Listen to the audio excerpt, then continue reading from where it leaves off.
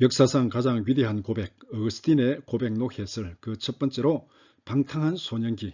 오늘은 로빈 레인 폭스가 지은 아우구스티누스의 한 부분을 함께 나누고자 합니다.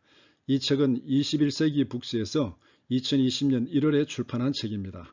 분량이 대단히 많습니다. 900쪽이 넘습니다.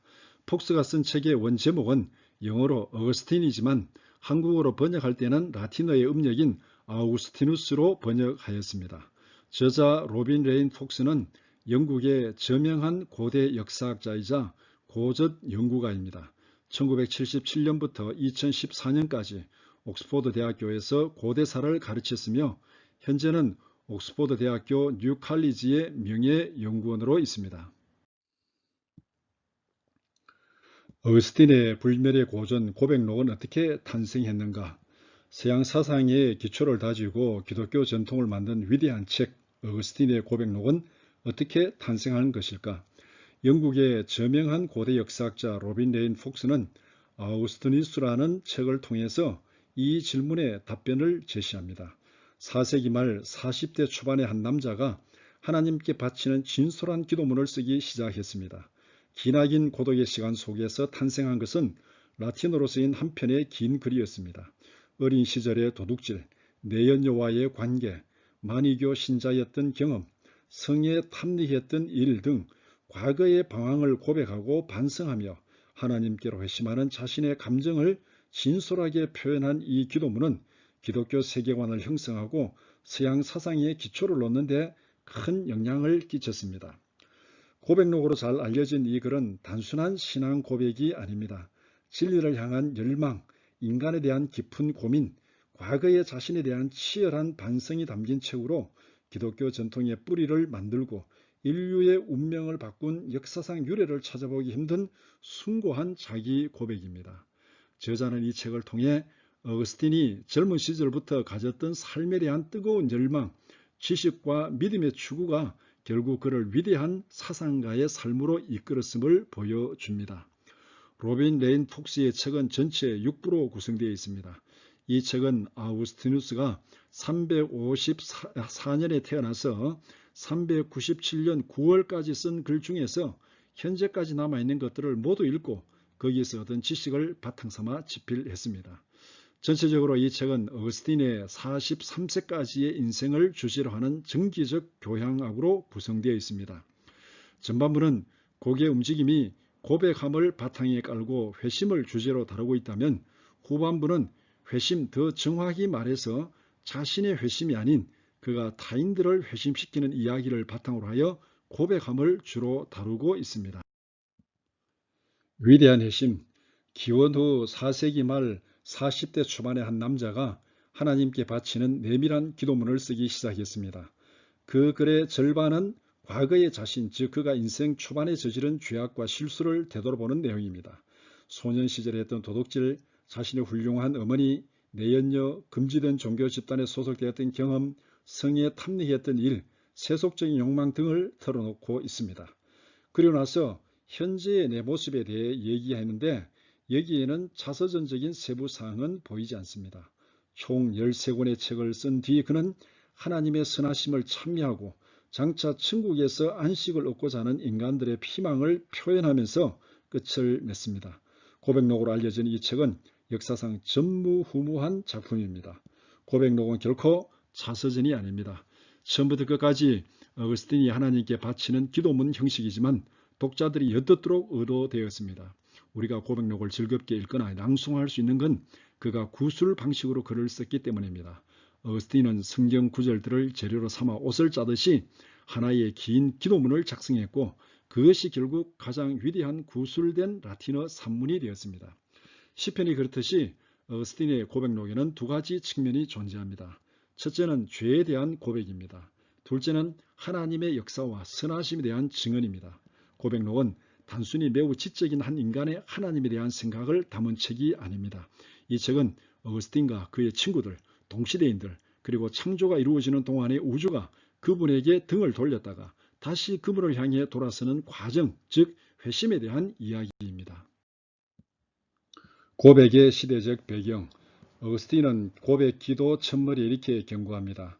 하나님, 당신은 당신을 위해 우리를 창조하셨으므로 우리 마음은 당신 안에서 안식을 얻기까지는 평안을 누릴 수 없습니다. 그의 고백은 세속적 상황을 교만과 비참함으로 버려야 할 것으로 기술하지만 동시에 그의 젊은 시절 그를 형성했고 그리고 그 이후의 삶에서 그를 지속적으로 둘러쌌던 것으로 묘사합니다. 어거스틴은 회심한 직후부터 죽을 때까지 세속적인 화려함과 야심을 무시했습니다. 그는 그것이 죄악의 뿌리인 자만심의 증거이자 영혼이 찰나적이고 만족스럽지 못한 쾌락 쪽으로 관심을 돌리는 증거라고 여겼습니다.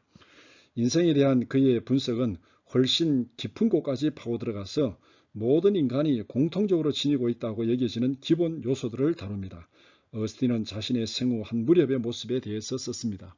이것은 고대 정기문학에서는 매우 이례적인 일입니다. 어스틴이 자기 인생의 시작점을 책의 시작점으로 삼은 것은 완전히 다른 이유 때문입니다. 이 시기의 고백은 자신의 절망적인 죄악과 하나님의 자비 그리고 세상의 질서가 상호작용하는 모습을 보여주고 있습니다. 그리고 이것은 모든 인간이 공유하는 유산을 통해 연결되어 있습니다. 그는 하나님이 인간을 지으시기는 했지만 그 내면의 죄는 창조하지 않으셨다고 말합니다. 어스틴이 유아기로 돌아간 것은 하나님께서 자신이 저지른 죄의 자비를 베풀고 처음 태어났을 때 자신을 받아들여 줬다고 믿었습니다. 하나님은 그에게 젖을 먹이는 이들을 보내서 그를 사랑으로 받아주고 성장하게 했다고 생각합니다. 이것은 하나님께서 선한 세상에 도입한 질서를 보여주는 첫 번째 본보기입니다. 어거스틴은 자신의 유아기의 모습을 어떻게 알 수 있었을까? 어거스틴은 다른 이들에게서 이런 모습을 관찰하고 성경을 통해 자신에게도 그런 면이 있다고 추정했습니다. 어거스틴은 자기 삶에서 잊혀진 그 시기를 다룬 성경 구절을 이해함으로써 자신의 유아기적 자아도 이해할 수 있었습니다.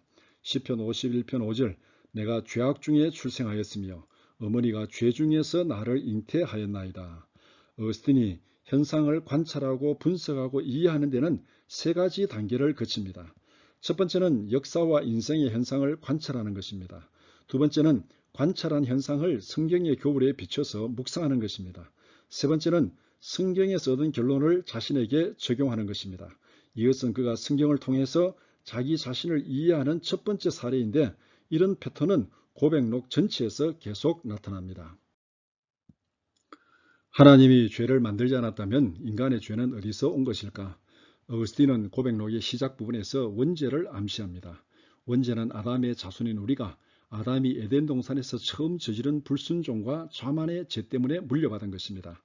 따라서 그의 고백은 원죄에 대한 진술로 시작됩니다. 우리는 이제 어거스틴이 책의 첫머리에서 하나님 인간을 창조했지만 죄를 창조한 것은 아니라고 말한 이유를 알 수 있습니다.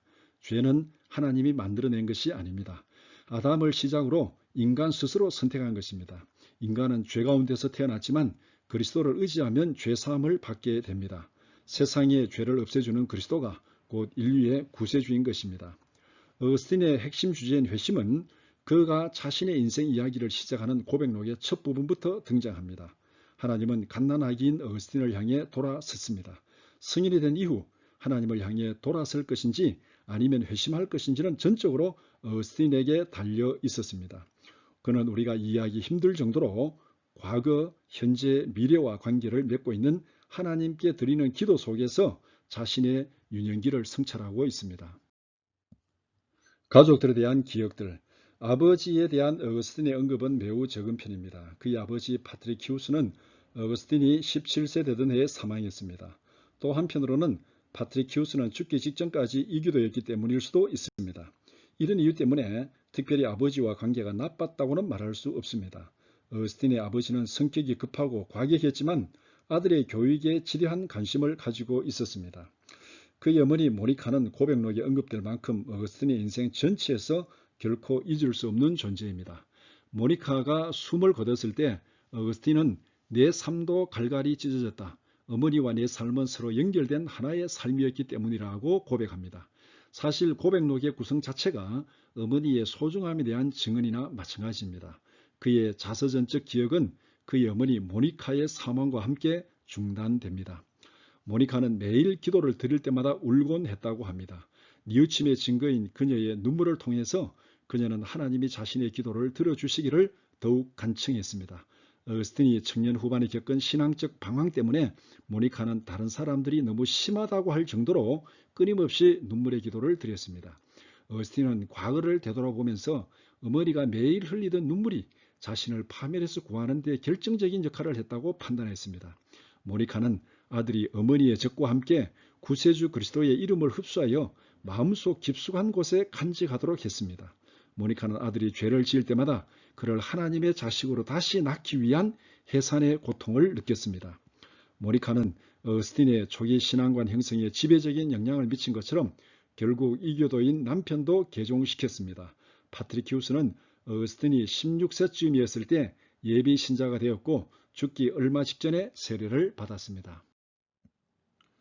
고향 타가스테에서 보낸 어린 시절, 어거스틴은 자신의 유년기를 죽음보다 더 고통스러웠다고 기억합니다.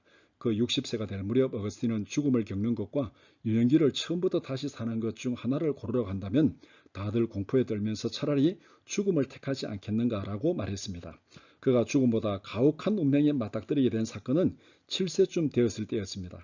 그의 부모는 어거스틴을 공부시키기 위해 처음으로 그를 타가스테의 초등교사들에게 보냈습니다.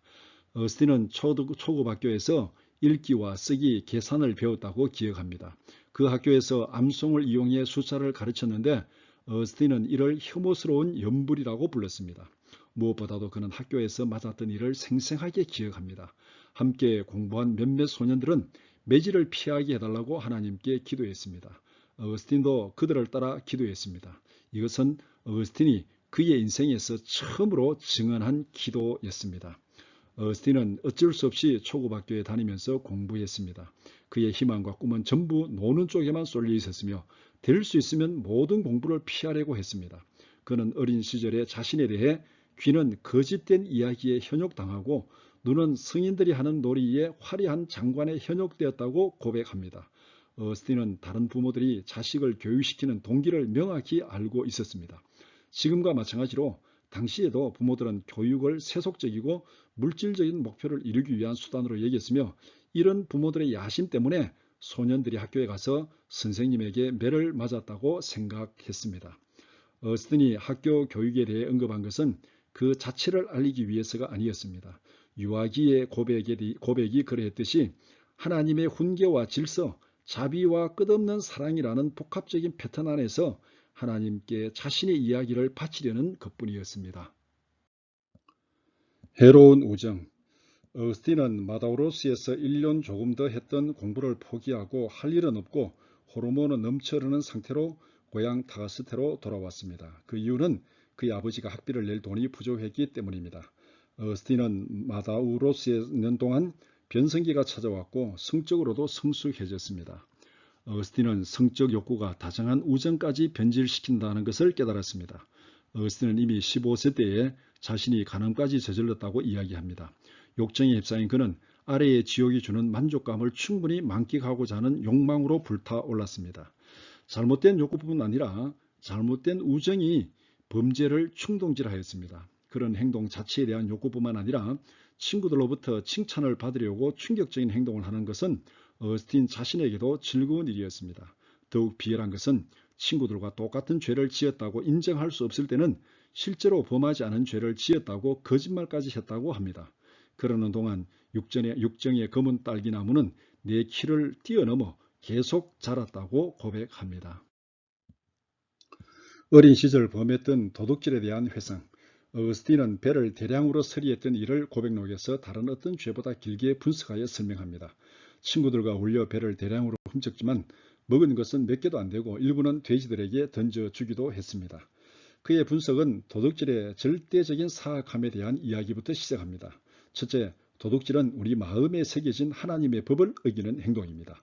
둘째, 심지어 도둑도 남이 자기 물건을 훔쳐가는 것은 싫어합니다. 셋째, 배를 훔친 것은 배가 필요했기 때문도 아니고 배가 그들을 유혹했기 때문도 아닙니다. 그들은 뭔가 불법적인 일을 하는 데서 오는 순수한 즐거움 때문에 그런 행동을 했다는 것입니다. 그러면서 어거스틴은 이렇게 분석의 결론을 내립니다. 도둑질을 한 이유는 내가 쓸데없이 악한 인간이었기 때문이며 그의 행동의 유일한 원인은 본인의 악한 생각이었다고 말합니다. 배를 훔친 것은 어떤 목적이 있어서 도둑질을 한 것이 아니라 그저 악한 생각 때문에 저지른 악한 행동이었습니다. 어거스틴은 이 범죄 행위에서 그를 기쁘게 한 것은 무엇인지를 질문합니다. 어거스틴은 만약 혼자였다면 결코 그런 짓을 저지르지 않았을 것임을 깨달았습니다. 그 범죄에는 우정이 흔히 중요한 구실을 했다는 것입니다.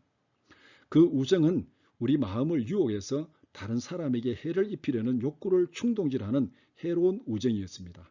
누군가가 자 같이 하자라고 했을 때 뻔뻔하게 나서지 못하는 것은 부끄러운 일이었습니다. 그것은 지금도 마찬가지입니다. 성적인 일탈과 절도를 위한 절도는 악용된 우정이라는 비슷한 뿌리를 가지고 있습니다. 이런 의미에서 어거스틴은 이웃이나 하나님을 향한 사랑이 아니라 우정에 대해서 탐구한 최초의 기독교 작가입니다. 지금도 10대 청소년들은 다른 친구들의 부추김을 받으면서 약탈의 광란에 빠져들고 있습니다. 이런 해로운 우정은 성인이 되어서도 인간 사회에서 패거리 문화라는 아주 다양한 형태의 부조리로 나타납니다. 역사는 흘러도 인간의 타락한 사악한 본성은 바뀌지 않았습니다. 카르타고에서의 새로운 생활, 연극에 탐닉했던 과거를 반성하였습니다. 어거스틴은 17세 되던 해에 고향 타가스대를 떠나 서방 라틴 세계에서 두 번째로 큰 도시인 카르타고에서 공부를 계속했습니다. 그가 공부를 계속할 수 있었던 것은 고향에서 가장 부유한 인물 중에 한 사람이었던 코넬리우스 로마니아누스의 도움을 받았기 때문입니다. 어거스틴은 370년, 371년 말에 로마 총독이 머무는 카르타고에 도착했습니다. 그는 그때의 상황을 고백록에서 이렇게 묘사하고 있습니다. 나는 카르타고에 왔습니다. 내 주위에는 부끄러운 종력이 큰 가마처럼 쉿쉿 소리를 내며 끓어오르고 있었습니다. 아직 사랑에 빠지지는 않았지만 사랑하는 일 자체를 사랑하게 되었습니다. 어거스틴은 고상하고 세련된 사람이 되기를 원했지만 무분별하게 성적인 관계에 몰입하였습니다. 카르타고에서는 각종 쇼와 구경거리에서 벗어날 길이 없었습니다. 심지어는 교회 예배 시간이 이런 공연 시간과 겹치면 사람들은 예배 중에 빠져나와 공연장으로 향하곤 했습니다. 어거스틴도 연극 공연에 푹 빠져 지냈습니다. 이때도 해로운 우정이 그 기절을 이루고 있었습니다. 성에 대한 유혹과 탐닉. 어거스틴은 자신이 섹스에 탐닉한 탓에 우정도 왜곡되었다는 사실을 인정했습니다. 카르타고의 학생들도 우정을 악용하기는 마찬가지였습니다. 어거스틴도 예외는 아니었습니다. 그는 떠들썩하게 남을 괴롭히는 무리와 어울렸습니다. 그는 이 무리가 자신의 본성과 맞지 않다는 사실을 곧 알아차렸지만 주변의 시선을 의식한 나머지 선뜻 빠져나가지도 못했습니다. 그는 친구들의 행동에 진심으로 동조하지 않으면서도 남을 거치기에 밀고 때리는 장난에 가담했습니다. 어거스틴은 예배 시간에 벌인 치명적인 죄에 대해서 언급하였습니다. 어거스틴은 이렇게 고백하였습니다. 감히 주님의 엄숙한 예식을 치르는 자리, 즉 예배 시간에도 주님의 교회 안에서 정욕이 발동하여 죽음의 열매를 맺을 만한 사건을 벌였습니다. 어거스틴이 무모하게 실행에 옮겨서 치명적인 죄를 지은 일이란 바로 성관계를 위한 데이트를 계획하고 실행한 일입니다. 그는 밤에 한자리에 모여 예배하던 남녀 신도들 팀에서 빠져나와 다른 곳에서 그 계획을 실행에 옮겼습니다. 그도 다른 또래들처럼 순결을 빼앗으려는 매복자였다고 고백합니다. 어거스틴은 고백록에서 자신이 저지른 그런 행동들에 대해 하나님이 무거운 불로 후려치셨다고 고백했습니다. 어거스틴은 18세 때인 372년 봄에 한 여인과 동거를 시작했습니다. 그는 당시에 자신이 맺었던 관계는 욕정을 위해 합의된 계약 관계였다고 솔직하게 토로했습니다. 동거녀는 초여림에 임신을 해서 아들을 낳았습니다. 그들은 하나님이 주셨다는 의미의 아데오다투스라는 이름을 지었습니다. 학업에 몰두하다. 어거스틴은 죄악으로 가득한 카르타고에서의 학창시절 기억을 하나님 앞에 전율적으로 고백했습니다. 하지만 그는 그때부터는 열심히 공부했고 새로 생긴 가족과 함께 생활했습니다. 어거스틴은 예전부터 공부하던 수사학에 몰두했습니다. 그는 수사학과 남을 가르치는 데 열정을 품고 그 일에 매진하기로 결심했습니다. 어거스틴에게는 수사학 교사로 일하는 것이 작은 도시를 떠나 자신의 능력을 확대하면서 돈도 벌 수 있는 자연스러운 방법이었습니다. 카르타고에서의 18세가 된 어거스틴은 그의 인생의 최초의 전환점을 맞이하게 됩니다. 매우 오래된 어떤 책을 계기로 지혜에 대한 그의 사랑에 불이 붙었습니다. 기케르에 의해 철학의 눈을 뜨다.